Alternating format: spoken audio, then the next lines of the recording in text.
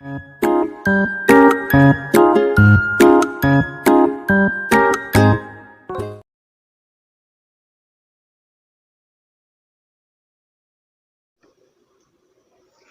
students, how are you? Hope you are all healthy and safe. Welcome to Knowledge Treasure channel. Friends, आज आपण बघणार आहोत 10th standard science part 2 lesson number 1 heredity and evolution यातील part 5 आपण पाहतो आहे. Hope you all watch the previous parts of this lesson, and if you not, go through the I button link and you can watch all the previous videos. Friends, let us start. Today's first topic is Darwin's theory of a natural selection.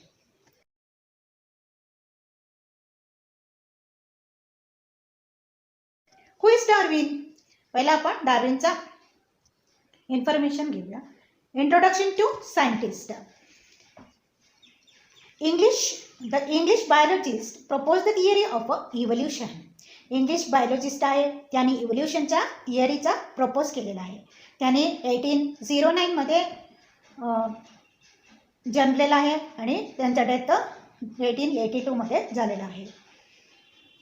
He showed that all the species of living organisms have been gradually evolved over the period of thousands of years from the common ancestors.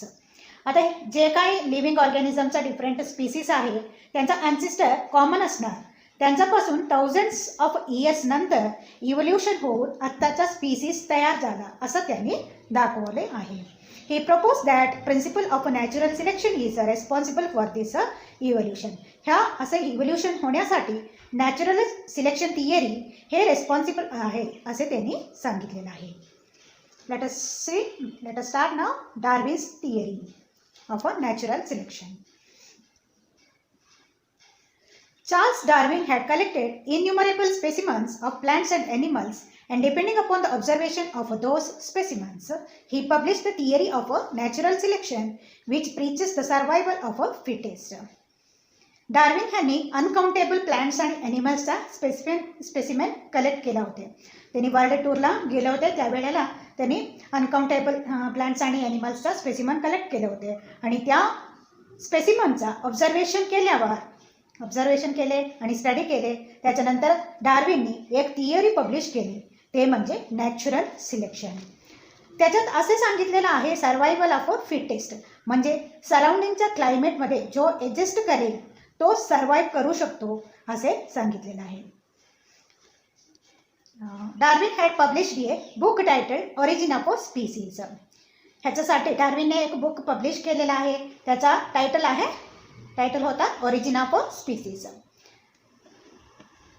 While explaining the concept, Darwin says that all the organisms reproduce prolifically. He concept explain करत असताना त्यांनी असे सांगितले की सगळे जे organism आहे ते रिप्रोड्यूस करत असतात आणि भरपूर क्वांटिटीमध्ये स्वतःसारखं दिसणारा स्पीसीसला रिप्रोड्यूस करतात. हे प्रोसेस आत्ता चालू झालेला नाही आहे. From A long time this reproduction process is occurring. Prolifically म्हणजे many quantities, many number. All the organisms compete with each other in a life-threatening manner. प्रत्येक ऑर्गॅनिझम्समध्ये एक दुसऱ्यांशी असा कॉम्पिटिशन होत असते. कशासाठी कॉम्पिटिशन होत असते म्हणजे फूड मिळवण्यासाठी, शेल्टर एटसेट्रा, आपला लाईफमध्ये काय काय पाहिजे ते मिळवण्यासाठी ह्यांच्यामध्ये कॉम्पिटिशन सुरू असते. हेच आहे खरं तर लाईफचा स्ट्रगल, लाईफमध्ये येणारा स्ट्रगल फॉर अ सर्वायवल आहे. फॉर एक्झाम्पल इथं आपण एक एक्झाम्पल देऊन त्याचा एक्सप्लेनेशन करू शकतो. इथे तुम्हाला बुशेस दिसते ना, ह्या झाडामध्ये 2 टाईपचा डिटेल्स आहे, रेड कलरचा आणि ग्रीन कलरचा डिटेल्स आहे. वरती एक बर्ड असा फ्लाय करत आहे, त्याला भरपूर भूक लागलेला आहे. बर्डला कुठलाही बर्डला असं झाडावर पहिल्यांदा इझिली कुठला कलरचा बिटल दिसणार म्हणजे रेड कलरचा लगेच दिसणार. रेड कलरचा पानाचा रेड कलरचा लगेच दिसते, पण ग्रीन कलरचा बीटल आहे ते पानाच्या मागे असा लपणार आहे. मग आता बर्ड काय करतो, बर्ड झाडाचा जवळ आल्यावर रेड बीटल आहे त्याला घेऊन जातो. अशा प्रकारे हळूहळू रेड कलरचा बीटलचा पॉप्युलेशन कमी झाला, पण ग्रीन कलरचा बीटल आहे त्याचं पॉप्युलेशन इन्क्रीज झालेलं आहे. मग आपण आता काय सांगू शकतो ह्याच्यावरून, ग्रीन कलरच्या बीटलमध्ये एक असा स्पेशल कॅरेक्टर आहे, काहीतरी स्पेशल मॉडिफिकेशन दिसून येते जो त्यांना सर्वायवल करायला हेल्प करत असतो. कुठल्या टाईपचं मॉडिफिकेशन, म्हणजे हे सिम्पल मॉडिफिकेशन आहे ते त्यांचा कलर, त्यांचा ग्रीन कलर झाडाच्या पानाचा कलरला मॅच होते, त्यामुळे बर्डला लगेच ते दिसत नाही. हे ह्याच्यामुळे त्यांचं सर्वाईव्ह होत असते. In this competition, only those organisms sustain which show the modification essential for winning the competition. जो ऑर्गॅनिझम सराउंडिंगच्या क्लायमेटला स्वतःला ॲडजस्ट करून घेतो आणि त्याप्रमाणे स्वतःच्या बॉडीमध्ये मॉडिफिकेशन घडून आणतो, तोच ऑर्गॅनिझम ह्या कॉम्पिटिशनमध्ये विनर होणार. म्हणजे विनर म्हणजे तोच ऑर्गॅनिझम अर्थवरती जगू शकतो. आता वरच्या एक्झाम्पलमधून आपल्याला हे क्लिअरली दिसून येते.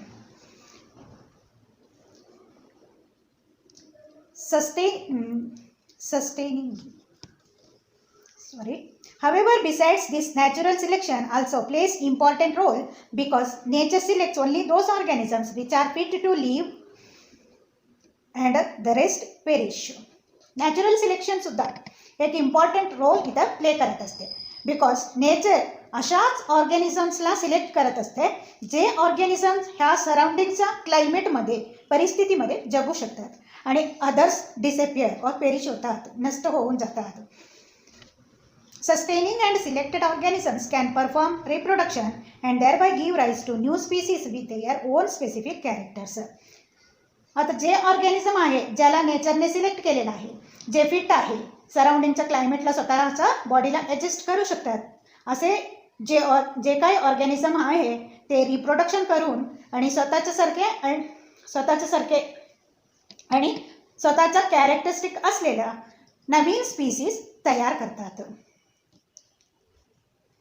Darwin's theory of natural selection was widely accepted for long duration. However, some objections were raised against the theory.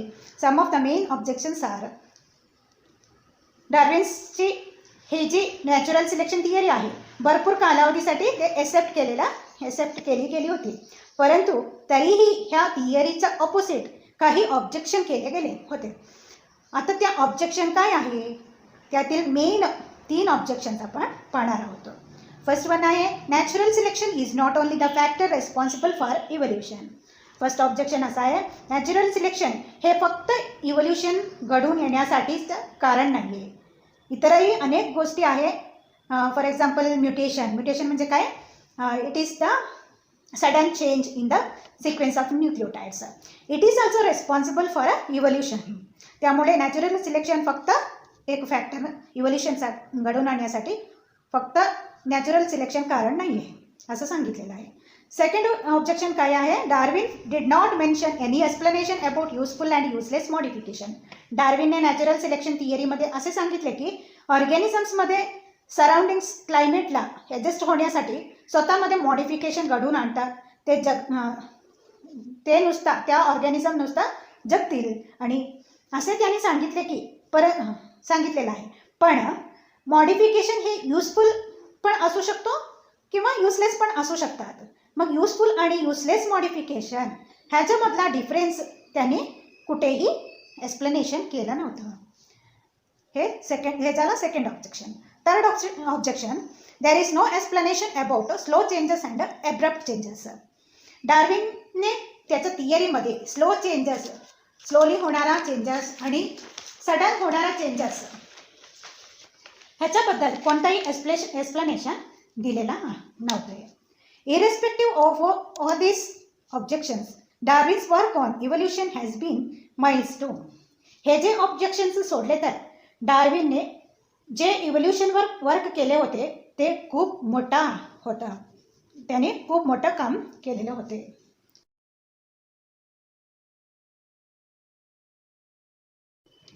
त्याच्यानंतर लेमार्किझम.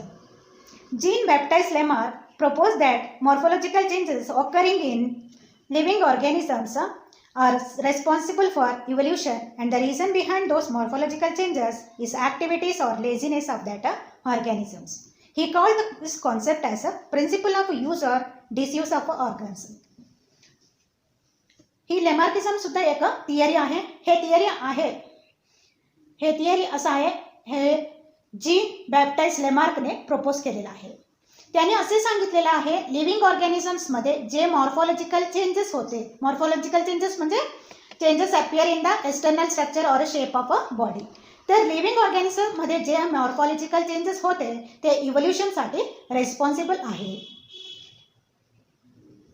आणि मॉर्फॉलॉजिकल चेंजेस होण्यास मागे काय कारण आहे, तर ॲक्टिवनेस आणि लेझीनेस ऑफ दॅट ऑर्गॅनिझम हे त्यांच्या बॉडीमध्ये होणाऱ्या मॉर्फॉलॉजिकल चेंजेसला कारणीभूत आहे. ॲक्टिवनेस आणि नंतर काय सांगितलेलं आहे, ह्या कॉन्सेप्टला त्यांनी काय म्हटलेलं आहे, principle of use or disuse of a organ असे म्हटलेलं आहे. Further, he said that the neck of a giraffe has become too long due to the browsing of leaves of tall plants by extending their neck for several generations. जिराफला हाईटवरचा पान खायचं सवय होती, त्याच्यामुळे ते neck stretch करून हाईटवरचा पान खायचं. त्याच्यामुळे खूप जनरेशनमध्ये असं नेक एक्सटेंड करून करून त्याचं नेक खूप लॉंग झालेली आहे. Similarly shoulders of the iron smith have become very strong due to frequent hammering movements. आता आयर्न स्मिथ आयर्नचा सगळं मटेरियल तयार करायचा काम करायचा. सारखं हॅमरिंग करून करून, म्हणजे आयर्न खूप हार्ड असते, त्याला शेप देणे अवघड असते. आयर्न स्मिथने आयर्नला शेप देण्यासाठी कॉन्स्टंट त्याच्यावर आयर्नवरती कॉन्स्टंट हॅमरिंग करत राहायचं.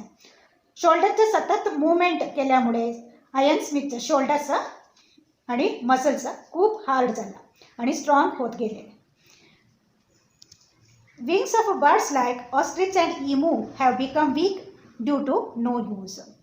आता तुम्ही ऐकलाच ना, ऑस्ट्रिच आणि इमू हे बर्ड्स आहे, पण ते उडत नाही, कारण ते आधीपासूनच उडण्याची काय प्रॅक्टिस केलेलंच नाही. त्यांनी फ्लाय करायला आळशीपणा केले, लेझीनेस केले, त्याच्यामुळे त्यांच्या विंग्सचं यूज न झाल्यामुळे ते वीक झाला. त्याच्यामुळे आता ते फ्लाय करू शकत नाही.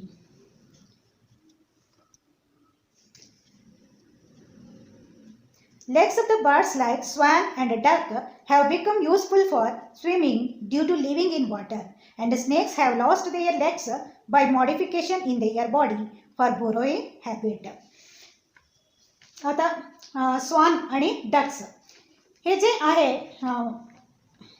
बर्ड्स आहे, ते सतत पाण्यामध्येच राहिल्यामुळे त्यांचे लेग्स आहेत ते पाण्यामध्ये राहण्यासारखे झालेलं आहे. स्विमिंग करण्यासाठी स्विमिंग करण्यासाठी त्यांच्या पायमध्ये मॉडिफिकेशन झालेलं आहे. ते आता बाहेर येऊन वॉक करू शकत नाही, बिकॉज त्यांच्या लेग्समध्ये पाण्यात राहण्यासाठी काहीतरी अडॉप्ट झालेलं आहे.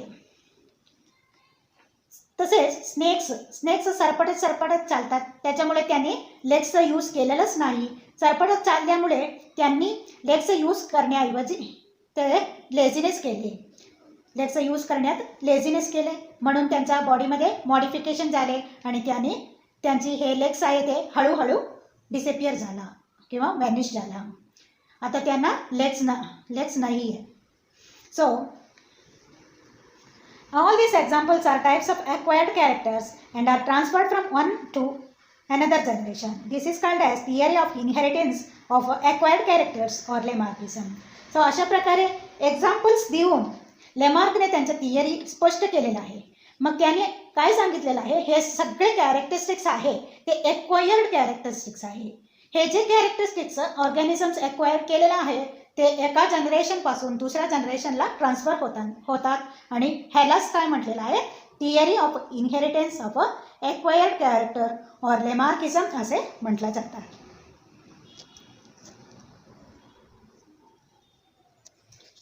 Development of organs due to specific activities or their degeneration due to no use at all was widely accepted, but transfer of those characters from generation to generation was rejected.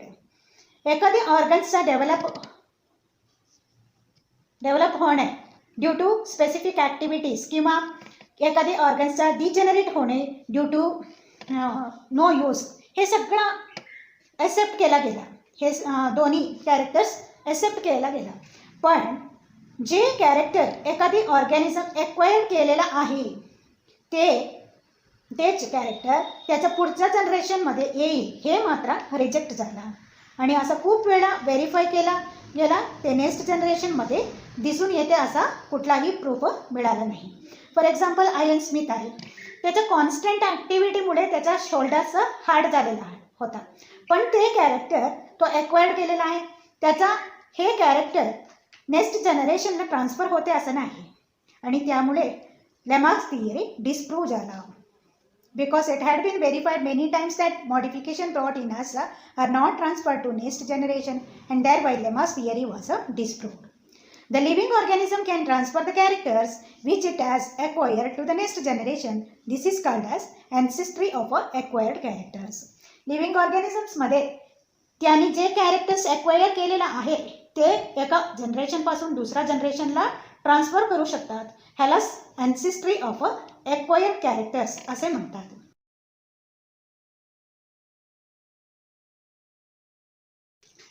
Next topic आहे speciation. Formation of a new species of plants and animals is the effect of evolution. एखादी plant किंवा ॲनिमल्सचा new species formation होणे हे काय आहे, ते इव्होल्युशनचा effect आहे. Species is the group of organisms that can produce fertile individuals through natural reproduction. Species असा एक ग्रुप आहे त्याच्यात ऑर्गॅनिझम्स नॅचरल रिप्रोडक्शन करू शकतात. Each species grows in specific geographical conditions. प्रत्येक स्पीसीज त्या स्पेसिफिक जिओग्राफिक कंडिशनमध्ये ग्रो होत असते. फॉर एक्झाम्पल जसे की आपण आहे तिथे राहू शकतो. तेच आपण जर पोलार रिजनमध्ये गेलो तर तिथे आपण राहू शकतो का? नाही. म्हणजे तिथे भरपूर थंडी असणार, त्या क्लायमेटला आपल्याला ॲडजस्ट करू शकत नाही. म्हणजे प्रत्येक स्पीसीज त्या भागातच राहू शकतात ज्या भागात ते फॉर्म झालेलं आहे किंवा रिप्रोड्यूस झाले होते तिथे त्यांनी राहू शकतात. However, genetic variation is responsible for formation of new species. The food habitat, reproductive ability and period is different.